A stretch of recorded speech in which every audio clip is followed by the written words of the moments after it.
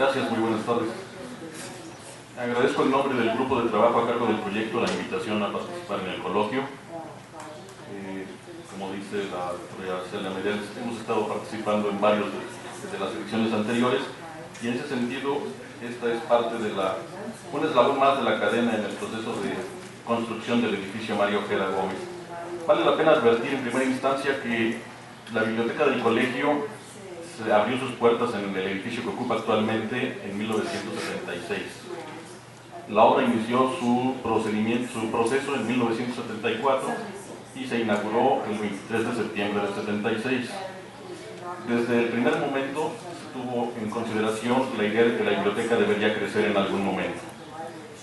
Pasaron 40 años antes de que ocurriera ese momento, cuando el espacio disponible para almacenar colecciones empezaba a mostrar algunas dificultades. Cabe advertir que de los 21.000 metros originales de construcción, la biblioteca ocupó desde el principio 7.000, es decir, una tercera parte. Y también que el edificio se situó como un elemento en el centro del edificio total que constituye el Colegio de México. Desde aquella época, en el 76, el entonces director de la biblioteca se integró muy de cerca con el equipo del arquitecto Teodoro González de León para el diseño del proyecto y la ejecución de la obra de la biblioteca. Esa situación propició que se destinara un espacio disponible para cuando les digo hubiera que crecer. Esta situación es poco frecuente, casi siempre los espacios se ocupan en totalidad y después tiene uno que buscar medios alternativos para resolver problemas de espacio. Uno de los elementos fundamentales para este nuevo proceso de ampliación de la Biblioteca del Colegio de México tuvo que ver con el hecho de considerar la participación de diferentes grupos integrantes de la comunidad. Después de un estudio desarrollado por parte del grupo a cargo del proyecto, todos bibliotecarios académicos, se definieron 4 grupos a los que habría que consultar: los estudiantes, el personal académico y administrativo de la propia biblioteca, los profesores investigadores de la comunidad completa del colegio y, en última instancia, un grupo de usuarios internos y externos mediante una encuesta. También es importante destacar que el edificio nuevo, que se integró al original, fue obra también del arquitecto Teodoro González de León, y este hecho tiene que ver con que el espacio se volvió patrimonio arquitectónico. Entonces él tenía la posibilidad de intervenirlo específicamente. Pasaron esos 40 años y también fue afortunado el hecho de que pudiera intervenir una de sus obras después de 40 años, que tampoco es muy común que ocurra eso para muchos arquitectos. En este sentido, los resultados de la interacción con los grupos de usuarios de la comunidad se transmitió a los integrantes del despacho del arquitecto González de León en diversos momentos, desde el principio en el programa de necesidades, en el momento de la evaluación del proyecto de diseño y durante el proyecto final, y también siempre durante la ejecución de la construcción. En ese sentido vale la pena decir que se desarrollaron cerca de 60 reuniones semanales durante todo el proceso de construcción, y en todas las reuniones que estuvieron involucrados la empresa constructora, el despacho de arquitectos, las autoridades administrativas del colegio y los integrantes del grupo de la biblioteca a cargo del proyecto. Para interactuar con la comunidad se diseñaron 5 estrategias. Una de ellas, destinada a alumnos, con un grupo vocal. Se instaló después un buzón de sugerencias para el personal de la biblioteca. Hubo un conjunto de entrevistas con asesores externos, una consulta sobre la propuesta de diseño a profesores investigadores específicamente, y la evaluación postocupacional con usuarios. Vamos a describir aquí cada una de estas intervenciones. Iniciamos con el grupo vocal, con alumnos, que fueron alumnos todos de tesistas del propio colegio, y lo que se hizo fue invitarlos a hacer un recorrido por las instalaciones existentes en el edificio original. Algunos de los compañeros integrantes del grupo reunieron a estos alumnos y con ellos hicieron un recorrido por todas las áreas para consultarles cuáles eran sus expectativas, por un lado, y cuál era su experiencia diaria en el uso del espacio de la biblioteca. Algunas de sus respuestas tenían que ver con el hecho de que la veían anticuada, habían pasado 40 años, había que advertir eso, triste, parecería que no quería evolucionar, según su dicho, vieja y clásica, y que necesitaba integrarse al siglo XXI. Respecto del mobiliario y equipo, se preguntó sobre cómo veían los sillones y los escritorios individuales que estaban en la biblioteca. Sobre los primeros les parecían incómodos, no eran fácilmente utilizables, no les gustaban y les parecían no ergonómicos. Sobre las mesas pues eran incómodas y no se usaban generalmente por ellos. Había instalados una serie de cubículos para trabajo individual o en pequeños grupos y consideraban que eran muy pequeños, que debían ser más privados, que debían tener aislamiento acústico, lo cual era muy notable cuando se reunían en salones contiguos, que se trasladara el sonido de uno a otro. No muy bien ventilados, con mala iluminación, y cada uno tenía instalados pizarrones de color verde, lo cual les parecía una sensación de un edificio demasiado viejo. Después pasamos al hecho de preguntarles cuál sería su escenario ideal, que quisieran que tuviera un nuevo espacio bibliotecario. Respondieron que quisieran espacios variados, donde pudieran relajarse inclusive, y donde hubiera color. La biblioteca en su origen era muy austera en el uso del color, bastante el uso de poco color, prácticamente grises, espacios de color blanco, que invitara a leer, que se modernizara en general, que tuviera una zona de ruido. La biblioteca conservaba una sensación de un espacio de poco ruido o de ausencia del mismo, lo cual no les parecía atractivo. Que dispusiera de espacios comunes, lo cual tampoco tenía, y que llamara la atención. En ese sentido les parecía demasiado sobria. Y además pensaron en una azotea verde. Cabe mencionar en ese sentido que el espacio que se había reservado constituía un jardín en la parte posterior del edificio original. En ese sentido, consideraban que sería necesario tener una azotea verde o recuperar de alguna manera el espacio que se iba a perder o a invertir en la biblioteca. Además de lo anterior, se solicitó un mapping diary, que dibujaran ellos cuál sería el espacio ideal que quisieran tener. Este es uno de los ejemplos que ellos mismos dibujaron. En ellos se ven estantes, áreas de silencio, áreas de ruido, áreas de trabajo común, espacios individuales cerrados y espacios colectivos abiertos, entre otros.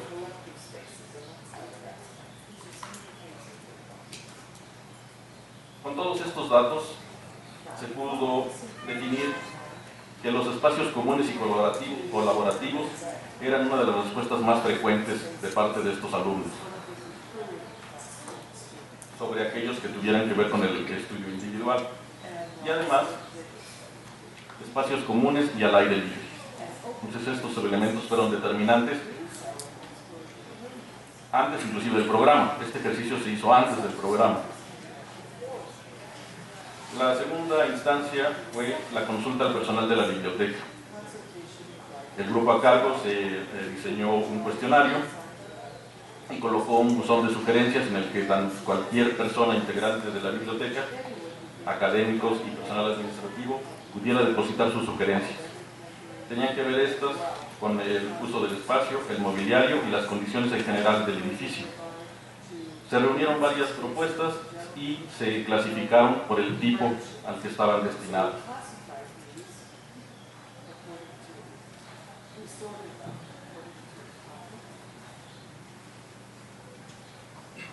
La tercera estrategia fue un conjunto de entrevistas de asesores externos a miembros de la comunidad. Se contó con la participación de asesores externos, uno de ellos Anders Darling, que está aquí con nosotros, y se tuvieron varias entrevistas con varios integrantes de la comunidad a fin de que recabaran datos que pudieran integrarse al proyecto a través de sugerencias al despacho del arquitecto. Una vez que se tuvo un primer planteamiento de parte del despacho, el presidente del colegio entonces, Javier García Diego, anunció que se haría una consulta a profesores e investigadores. El despacho había proveído imágenes que representaban el proyecto y una maqueta.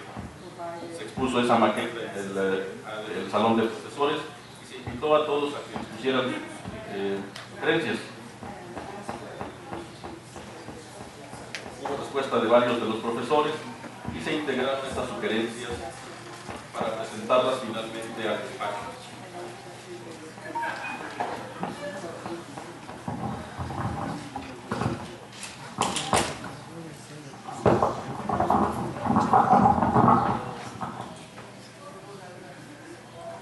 En febrero de 2014, el grupo a cargo del proyecto presentó y discutió con el despacho del arquitecto las propuestas de modificación al anteproyecto, basadas en la interacción con cada uno de los grupos a los que se había consultado. Uno de los primeros asuntos tuvo que ver con que la nueva construcción se integrara de manera armónica con la ya existente. La primera propuesta del arquitecto cambiaba radicalmente el aspecto del edificio. Quienes visiten el edificio esta tarde o quienes ya lo conozcan, tiene un acabado muy particular y reconocido en las obras del arquitecto. Pensaba cambiar el aspecto externo y hacerlo mucho más liso. Entonces hubo varios comentarios de la comunidad diciendo que parecía difícil que el edificio se integrara armónicamente si cambiaba el aspecto.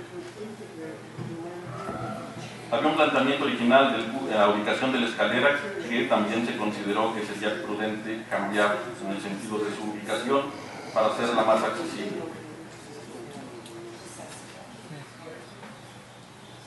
También se pensó que la fachada interior del edificio estuviera aislada para mitigar cuestiones de ruido y control de temperatura. En ese sentido, el edificio al final tiene un techo translúcido que permite regular la temperatura y aísla de alguna manera el ruido entre los diversos niveles. También se pensó en que el edificio cumpliera requisitos legales para zonas con necesidades especiales y que se integraran elementos que tuvieran que ver con edificios sustentables, entre ellos la existencia de áreas verdes, lo cual estaba considerado desde el principio, que se captaran aguas pluviales. En ese sentido se reforzaba el hecho de que la biblioteca y el colegio tienen ya una propia planta de tratamiento de aguas antes de la ampliación de la biblioteca, y en ese sentido existía ya una conciencia por el cuidado y la atención al medio ambiente. Se pensó después también que se buscara una mejor ubicación para baños en los 3 niveles. En el edificio originalmente construido para la biblioteca no había servicios sanitarios de acceso público. Esa situación cambió en esta propuesta de la ampliación del edificio y se colocaron ya servicios sanitarios en cada uno de los niveles. Lo único que se consideró fue la necesidad de cambiar la propuesta original de su ubicación. También se consideró relevante integrar elementos de protección civil, dada la zona en la que estamos, y que hubiera protección tanto para las personas como para el propio edificio y las colecciones. Se pensó también en integrar obras de arte. La biblioteca del colegio y el propio colegio tienen una colección interesante de obras de arte que se ha conjuntado a lo largo de su historia, y se pensó en integrar algunas de ellas al espacio de la biblioteca. Un elemento importante tuvo que ver también con la iluminación. Se tuvo la posibilidad de utilizar nuevos sistemas de iluminación mucho más eficientes y además adecuados a cada uno de los diferentes espacios de uso. Un elemento importante tenía que ver también con el mantenimiento. Por razones de su estructura y los materiales utilizados, el edificio del colegio requiere realmente poco mantenimiento, y se pensó en la misma situación para la ampliación del edificio. También el hecho de que para la propuesta del proyecto de la ampliación del edificio se pensó en una azotea justo para recuperar el área verde que se iba a destinar a la construcción en la planta baja. Y en ese sentido se solicitó que el área, esa azotea, fuera desde la biblioteca y no desde los centros de estudio, con el propósito de controlar de alguna manera el acceso. Esta situación se logró. Se puede ingresar a la azotea verde desde la biblioteca, pero el arquitecto al final decidió abrir un pasillo desde la planta superior, que no es directamente desde los centros, pero sí desde la planta que los alberga. Hay un paso directo a esta azotea verde. Otra cuestión que era importante era el control de acceso. La biblioteca del colegio tiene acceso al público en general, pero se cuidó siempre que fuera un acceso restringido a un área específica, para mantener el uso de los espacios inferiores a su comunidad interna. Se cumplió ese requisito, se puede acceder a toda la planta principal, pero el uso de los espacios inferiores está reservado a la comunidad. Y también se solicitó colocar en el nivel de acceso principal una puerta que comunicara el edificio original con la ampliación del mismo. Todos estos elementos fueron tomados en cuenta en buena medida por el arquitecto. Veremos a continuación resultados que confirman esto en otro sentido. Y además, pues podremos ver esto todos los que nos acompañen en la visita que se realizará esta tarde a partir de las 5 a la biblioteca del colegio para visitar justamente el edificio Mario Ojeda Gómez. Después de inaugurado el edificio, algunos meses después, se preparó una encuesta sobre el uso de los espacios del nuevo edificio. Se invitó a la comunidad a responder y atendieron esta invitación 109 usuarios, de los cuales 77 fueron usuarios de la propia biblioteca y 32 usuarios externos.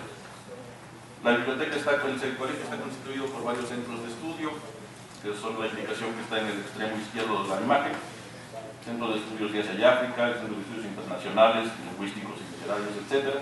Y de todos ellos hubo participación en esta encuesta. En el lado de los visitantes, 32 personas respondieron y además se les solicitó identificarse según el nivel o el grado de estudios que tuvieran. Respondieron alumnos de licenciatura, de maestría, de doctorado, profesores e investigadores, académicos independientes y becarios. Entonces, con este universo se determinaron una serie de cuestionamientos que se hicieron para ver cuál era el uso que hacían del edificio. En primera instancia, se tuvo que ver con cuánto tiempo permanecían en la biblioteca durante la visita más reciente que hubieran tenido, y pudimos descubrir que en pocos casos había menos de 30 minutos, cerca de 1 hora, y por un número importante, cerca de 2 horas. Además de un conjunto más relevante aún de más de 2 horas en el espacio de la biblioteca. Después, las personas que ocupaban más tiempo en ella eran menos el número, inclusive hasta alguien que se pasaba todo el día en ella, o que había estado 10 horas. Esto porque la biblioteca abre sus puertas desde las 8:30 de la mañana hasta las 8:30 de la noche, así que era factible que pudiera ocurrir esto con algún usuario. La siguiente cuestión tuvo que ver con cómo calificaría algunos de los aspectos del edificio. Tenían que ver con el diseño.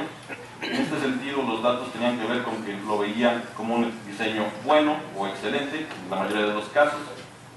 El uso de los colores que habían solicitado en el grupo focal les parecía también un uso de color bueno o en mayor número excelente. Respecto del tamaño de los espacios de trabajo, también coincidían en este tipo de respuestas, y en el mobiliario de cubículos y áreas de trabajo abiertas también coincidían con esta percepción. Otra cuestión importante fue el hecho de que en el edificio original el mobiliario era estático, no era posible mover absolutamente nada. Esa situación cambió en el nuevo edificio y prácticamente una buena cantidad de mobiliario se puede mover según las necesidades de los usuarios. En ese sentido, también las respuestas a la pregunta de esa posibilidad de mover mesas y sillas fue muy positiva. En el edificio se construyeron 10 salas con equipo de telecomunicaciones y equipo tecnológico, y calificaron también el uso de estos como muy bueno o excelente. También, atendiendo a la solicitud de los alumnos, en primera instancia se destinaron espacios de lectura informal y áreas de descanso. Se colocaron sillones, mesas y un tipo de iluminación particular en cada uno de estos, y también ese servicio fue calificado positivamente. Además de esto, se destinaron espacios para el trabajo en áreas abiertas de manera relativamente colectiva, y también esas mesas fueron calificadas muy positivamente. Respecto de una pregunta que hizo sobre cuántos días a la semana utilizaba cada espacio, habría que advertir que esta encuesta se desarrolló pocos meses después de abierto y todavía no había un uso pasivo de cada uno de los espacios. Están instalados cubículos individuales de trabajo que estaban bastante diseminado el uso por cantidad de días a la semana, cubículos más grandes para 5 personas que todavía no se usaban mucho en ese momento, cubículos para 6 personas con equipo multimedia que sí tenían ya un uso más diverso a lo largo de la semana. Y hay un cubículo más grande para 8 personas que era poco usado en aquel momento. Los espacios de lectura informal se usaban muy a menudo, todos los días de la semana, por varios de los usuarios, y los espacios en trabajo individual abierto también eran usados frecuentemente.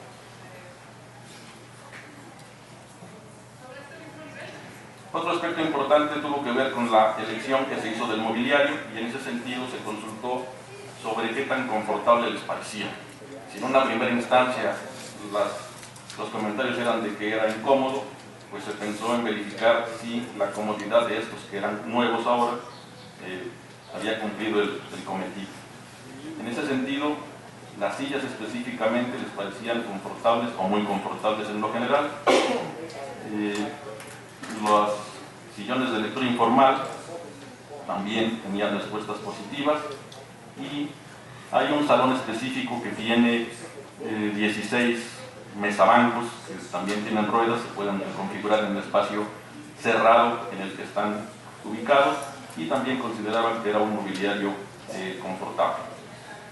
Las mesas de cubículos en los salones multimedia se utilizaron aquí mesas altas, lo podrán ver.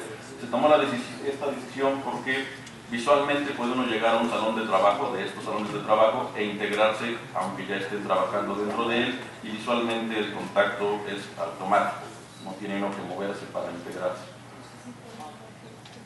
Y en las salas abiertas también las mesas de trabajo les parecieron muy adecuadas. Respecto del tamaño de cubículos, que en una primera instancia les parecía pequeño, ahora consideraban que los de una persona el tamaño era adecuado o muy adecuado, también los de las 5 personas y el de 8 igual, así como aquel tamaño destinado a las salas multimedia y el salón de pupitres que les he mencionado hace un momento. Respecto de la iluminación, simplemente se consultó sobre si les parecía buena o mala. La gran mayoría respondieron que les parecía correcta, y después se consultó sobre para qué utilizaban los espacios diseñados en el nuevo edificio. Particularmente los salones multimedia, que están equipados con este equipo, respondieron que los utilizaban para estudio grupal en primera instancia, luego para videoconferencias, seminarios, edición de textos y elaboración de presentaciones. Los cubículos individuales básicamente se destinaron hasta ese momento, parece que siguen haciéndolo, para lectura individual, concentrada, en un espacio cerrado. Preparar clases y redactar documentos eran otras de las opciones para las cuales se habían utilizado hasta ese momento. Las áreas de lectura informal para lectura recreativa, para preparaciones de clase y para descanso y el uso de dispositivos. Los sillones que están ubicados tienen una pequeña mesa donde se pueden utilizar dispositivos.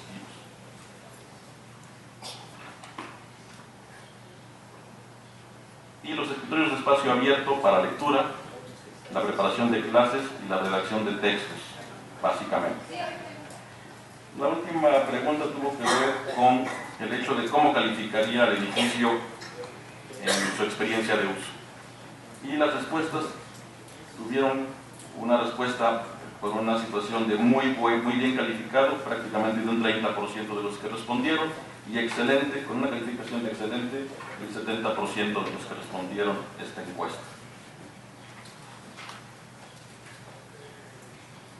Para concluir, diremos que en general fue posible atender las sugerencias y recomendaciones del personal, de los alumnos y de los profesores del colegio, también de los usuarios externos que visitan la biblioteca.